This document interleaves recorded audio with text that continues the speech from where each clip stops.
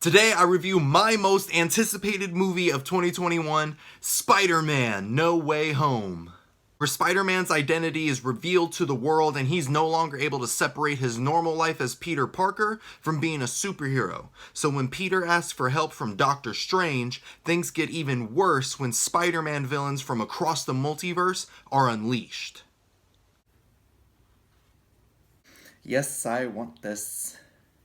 If you know anything about me, you'll know that I love Spider-Man and that I've been waiting for this movie for such a long time. And as a Spider-Man fan, I'm happy to report that No Way Home is everything that I wanted and more. Let's start this off with the headliner of the movie, Tom Holland. Because Tom Holland is my favorite live-action actor to play as Spider-Man. Like, ever since he showed up in the Civil War movie, I knew he was the guy. And he definitely proves it in his performance in No Way Home.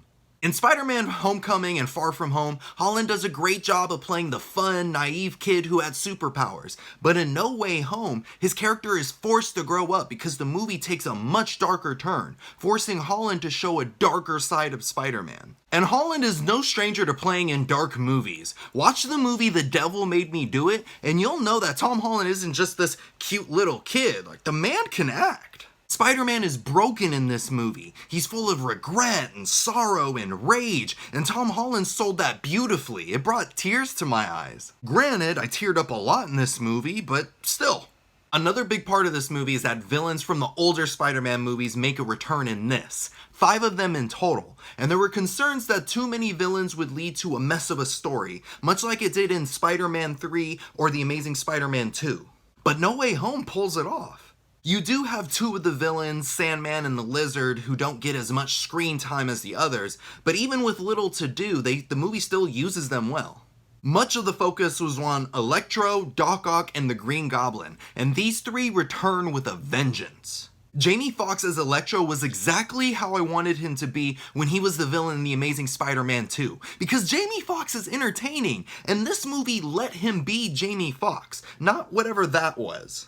They took away the blue skin, they made his costume look really cool, and he went from the, I want people to see me, to the, man, y'all gonna see me! And I was like, yes, Jamie, yes, I see you. Then you got Alfred Molina as Doc Ock, who took his fantastic performance from Spider-Man 2 and just brought it over to this movie. And just like in Spider-Man 2, Molina does a great job of making you afraid of Doc Ock, because he's a super genius with giant metal tentacle arms, and he's PO'd. But Molina also makes you feel for him too, because there's this one scene, and I'm not trying to spoil anything major, where Doc Ock gets a moment of clarity and he gets really emotional, and it makes me emotional, and at this point in the movie, I've cried about 4 times already. I also thought he looked fantastic. I don't know if they de-aged him or gave him a lot of makeup or whatever, but he looks exactly like he did when he played as Doc Ock in 2004.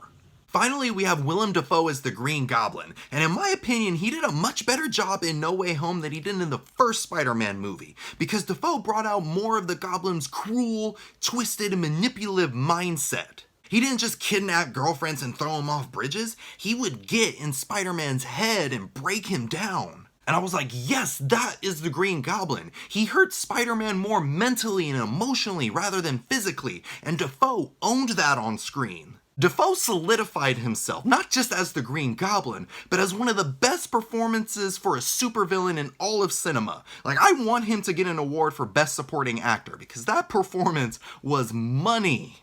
And the action scenes in this movie were something straight out of the cartoons or the comics. They were incredible. Definitely my favorite out of any of the Spider-Man movies. Like when Spider-Man is fighting Doc Ock out on that bridge, that rivaled the fight scene on the train in Spider-Man 2. Like, they were going after each other. Or when you get Spider-Man fighting Doctor Strange in the mirror realm, like, that was so trippy to watch. The trailer doesn't do it justice. Then you have that finale, and oh my god.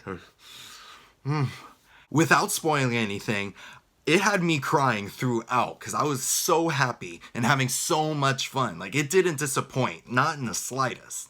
Being the final movie in this Spider-Man trilogy, No Way Home does an amazing job of closing the arcs on all the characters. The villains, for instance, not only built on the arcs that were already established in their respective movies, but they were improved and wrapped up in satisfying ways. Electro especially, his arc, his everything was much improved from The Amazing Spider-Man 2. I'm just so happy for Electro. But it's Spider-Man's arc that touches my heart the most, because from Civil War all the way to Far From Home, he was always stuck in the shadow of another hero, mainly Iron Man. But in No Way Home, he finally becomes the friendly neighborhood Spider-Man that we all know and love. And how they get to that point was so satisfying because it made me look back on the previous movies and I was able to see the building blocks. Because he was just a kid, and kids have to go through a lot before they become who they are truly meant to be.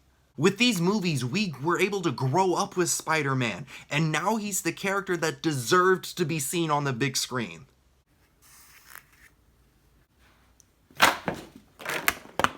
An issue that I had with No Way Home was I wish it was longer. Like 2.5 hours wasn't long enough, because the joy, the excitement, the bliss that this movie gave me was intoxicating, and I didn't want it to end. Like that's it. That's my con.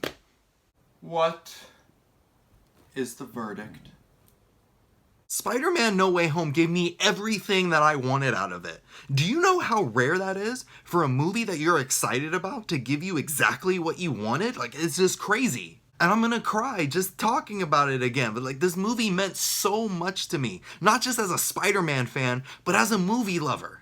And I just have to say thank you to the MCU, to Sony Pictures, and everyone else who was involved, because Spider-Man No Way Home isn't a B-Town movie, it's an A-Town movie.